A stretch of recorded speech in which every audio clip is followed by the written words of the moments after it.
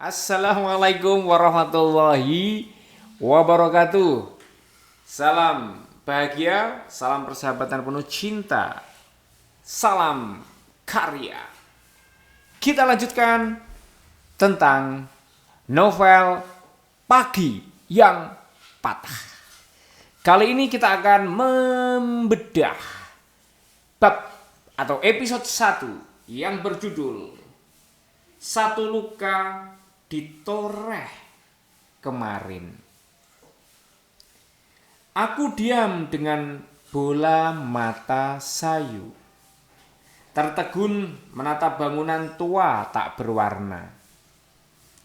Melihat langkah-langkah kecil itu berderap riang dengan jelas, ditingkahi gelak yang nyaris ngakak. Tawa canda menggantung di seluruh langit-langit rumah. Paragraf pertama yang sangat menggoda.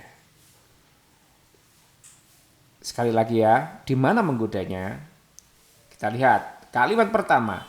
Aku diam dengan bola mata sayu. Pendek, imajinatif, dan juga visualize. Tertegun menatap bangunan tua tak berwarna. Tertegun menatap bangunan tua tak berwarna. Enak kan tiktaknya? Dilakukan enak. Kalimat itu harus gitu. Biar apa? Biar pembaca semakin terpesona. Melihat langkah-langkah kecil itu berderap riang dengan jelas. Langkah-langkah kecil itu berderap riang. Keren juga tuh visualize. Ditingkahi gelak yang nyaris ngakak. Sekali lagi enak terimanya. Tawa canda menggantung di seluruh langit-langit rumah. Keren kan? Semua kalimatnya pendek tapi sedap didengar serta idiomnya dan analoginya sederhana tapi cakep. Bayangkan nih. Tawa canda menggantung di seluruh langit-langit rumah. Itu kan menggantung imajinatif, visualize, analogis. Keren. Paragraf kedua, blues. Seperti asap tiba-tiba semua menguap. Sekali lagi sedap diawali dengan blues. Jadi kalau di jenis writing, bunyi-bunyian itu disarankan untuk diungkapkan dengan senyaman dan senakal mungkin. Jadi bisa langsung, jadi satu kata langsung pure gitu loh, langsung mengguyur imajinasi manusia pembaca. Blues seperti asap tiba-tiba semua menguap. Satu persatu hilang. Yang pertama kali adalah langkah gemulai milik seorang perempuan. Dia ambruk di satu hari yang penuh air mata. Tuh kan, lagi-lagi analoginya cakep tuh. Dia ambruk di satu hari yang penuh air mata. Lalu langkah yang lain menjadi patah dan hilang arah. Gitu kan. Tinggal sunyi yang mendekam dalam semua ruang di rumah besar itu. Sampai paragraf kedua, ini kalimatnya pendek-pendek semua, sedap dilahap, juga tiktaknya enak dan visualize. Jadi bisa dibayangkan gitu loh langsung ya. Langsung ke paragraf ketiga. Tidak. Tuhan, putriku masih kecil, mengapa kau timpakan ini pada kami? Aba meraung di atas sosok kaku yang membiru, marah pada Tuhan. Tuh kan, paragraf ketiga diawali dengan dialog dan seruan, dialog yang berupa seruan kepada Tuhan lagi. Jadi di sini langsung muncul percik konflik gitu. Memukul dada, menerjang meja dan kursi yang ada di sekitar. Ia mencoba melenyapkan takdir, berusaha membunuh kenyataan semua ia lakukan. Nah, Tadi sudah bagus tuh penggambar deskripsi ngamuknya si Abah. Tapi justru di beberapa kata terakhir ini malah nggak cakep nih. Semua ia lakukan, nggak usah tuh harusnya. Cukup membunuh kenyataan, titik. Pada akhirnya ia lelah karena semua tak pernah berubah menjadi mimpi. Gelap itu senyata aku yang berdiri di pintu sejak tadi. Nah, ini pungkasan atau akhir dari paragraf ketiga ini keren. Dia analogis ya. Gelap itu senyata aku yang berdiri di pintu sejak tadi. Jadi paragrafnya memikat karena apa? Terdiri dari tidak lebih dari 7 kalimat, kemudian satu gagasan utuh, visualize, dan juga taktis, nggak bertele-tele. Lanjut paragraf keempat di episode pertama. Aku memang masih kecil saat itu, tetapi tidak lupa. Masih oke. Kurang dari 11 kata. Saat kami harus bolak-balik ke rumah sakit. Dari rumah sakit terdekat hingga yang paling jauh yang masih terjangkau oleh tangan kerdil kami. Yang ada di kabupaten maupun yang ada di kota provinsi. Mencari keajaiban yang bernama kesembuhan. Nah, paragraf keempatnya pun ini masih memikat. Tidak lebih dari 7 kalimat. Ingat, bahkan Pak Dahlan Iskan, seorang jurnalis senior yang sangat bermutu tulisan-tulisannya, mengatakan bahwa satu paragraf itu idealnya 5 kalimat. Dan itu betul sekali karena apa? Sangat tepat untuk diserap memori atau pikiran bawah sadar pembaca. Nggak membebani gitu, nyaman. Lanjut ya. Ini berarti paragraf kelima. Tumor ganas ibu harus segera diangkat. Jangan menunda. Begitu kata lelaki berjas putih.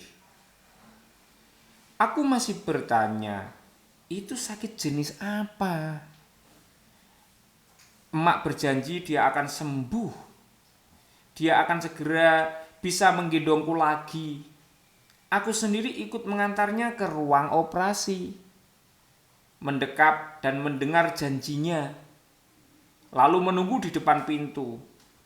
Memeluk boneka Masya merah jambu. Tuh. Ini Mbak Firya ini memang melodius ya. Jadi akhir suku kata di akhir kalimat itu enak semuanya. Kemudian analoginya juga enak. Ini ya. Lalu menunggu di depan pintu. Memeluk boneka Masya merah jambu. Kan? Lanjut paragraf kelima. Abah meraung sekuat yang ia bisa sampai habis seluruh tenaga yang ia punya. Itu 2 kalimat tuh, pendek-pendek kan? Kayu besar tempat aku bersandar itu kini rebah ditiup badai cobaan. Jika Abah yang sekuat itu saja tumbang, bagaimana nasibku yang ranting kecil? Mak Tuo menangis. Makcik sesungguhkan. Saat pintu itu terkuak dan lelaki berjas putih menggelengkan kepala. Memang ini ya Mbak Firya ini jago menggambarkan suasana, terutama suasana sendu. Sedih dan sedih dan galau. Kemudian paragraf ke 4567. Abah, emak kenapa? Aku gelisah, memberanikan diri bertanya. Nah, di sini sebenarnya kalimatnya sedap, cuman ada sedikit kurang tepat dalam dialog teks. Abah, emak kenapa? Sebaiknya aku bertanya. dengan raut gelisah. Gitu. Jadi gini loh teman-teman, kalau setelah dialog, itu kan dialog teks atau kalimat penjelas dialog. Nah itu sebaiknya kalimatnya aktif langsung. Contoh, ini kan, Abah, Mak kenapa? Aku gelisah memberanikan diri bertanya. Nah bukan gitu, karena ini kalau bersatu dengan dialognya, maka aku bertanya dengan agak takut-takut titik. Aku gelisah titik. Gitu. Jadi lebih ces. Oke, kita lanjut. Tak ada yang menjawab. Tak ada yang peduli padaku. Kupeluk lagi boneka Marsha merah jambu itu. Tuh. Keren kan paragraf ini. Ini cuma sedikit lagi kalimatnya, tapi langsung kuat mengena di hati pembaca. Saya ulangi ya. Abah, Emak kenapa? Aku gelisah memberanikan diri bertanya. Tak ada yang menjawab. Tak ada yang peduli padaku. Kupeluk lagi boneka Marsha merah jambu itu. Rasanya nyes, membuat haru. Oke, kita coba satu paragraf lagi ya. Emakku didorong keluar di atas tempat tidur beroda 4, tetapi seluruh tubuhnya ditutup kain. Ini nggak ada masalah ya sebenarnya, tetapi lebih sedap lagi kalau jadi 2 kalimat, komanya jadi titik gitu. Jadi gini loh sahabatku, bahwa kalau ingin menulis sebuah cerita itu lebih sedap, terus kemudian iramanya lebih cepat ya, nggak lamban, perbanyaklah titik daripada koma, dan perbanyaklah kalimat aktif daripada pasif. Karena apa? Itu automatically membuat irama lebih cepat, nggak kendor gitu. Emakku didorong keluar di atas tempat tidur beroda 4 titik. Seluruh tubuhnya ditutup kain titik. Itu kan tambah irit. Nggak usah pakai tetapi, karena tetapi itu membuat irama sedikit menurun. Aku mengiringi ambulan yang mengantar emak pulang. Lampunya merah menyala, berputar-putar seperti parade luka. Tuh, berputar-putar seperti parade luka. Keren abis nih. Simile atau perumpamaan ya. Suara sirene seperti nada duka yang saling bertabrakan. Wing wing wing. Jadi kita itu membaca paragraf ini tuh ke bawah ke suasana sedih dan tergambar jelas adegannya. Keren loh. Jadi rasa dan adegan bisa blur, terungkap semua dengan dengan kalimat-kalimat yang efektif ini dan visualize. Keren. Oke. Jadi ini bab 1 masih 4 halaman lagi. Tapi saya rasa cukup untuk mengupasnya karena ini saya sudah sampai ke paragraf ke 8 kayaknya. Intinya, paragraf pertama itu harus sangat menggoda. Nah, paragraf ini apakah menggoda? Sudah. Judulnya walaupun enggak wow tapi cakep. 1 luka ditoreh kemarin. Kemudian semua paragrafnya visualize. Enak, dilahap kita tambah penasaran terus gitu.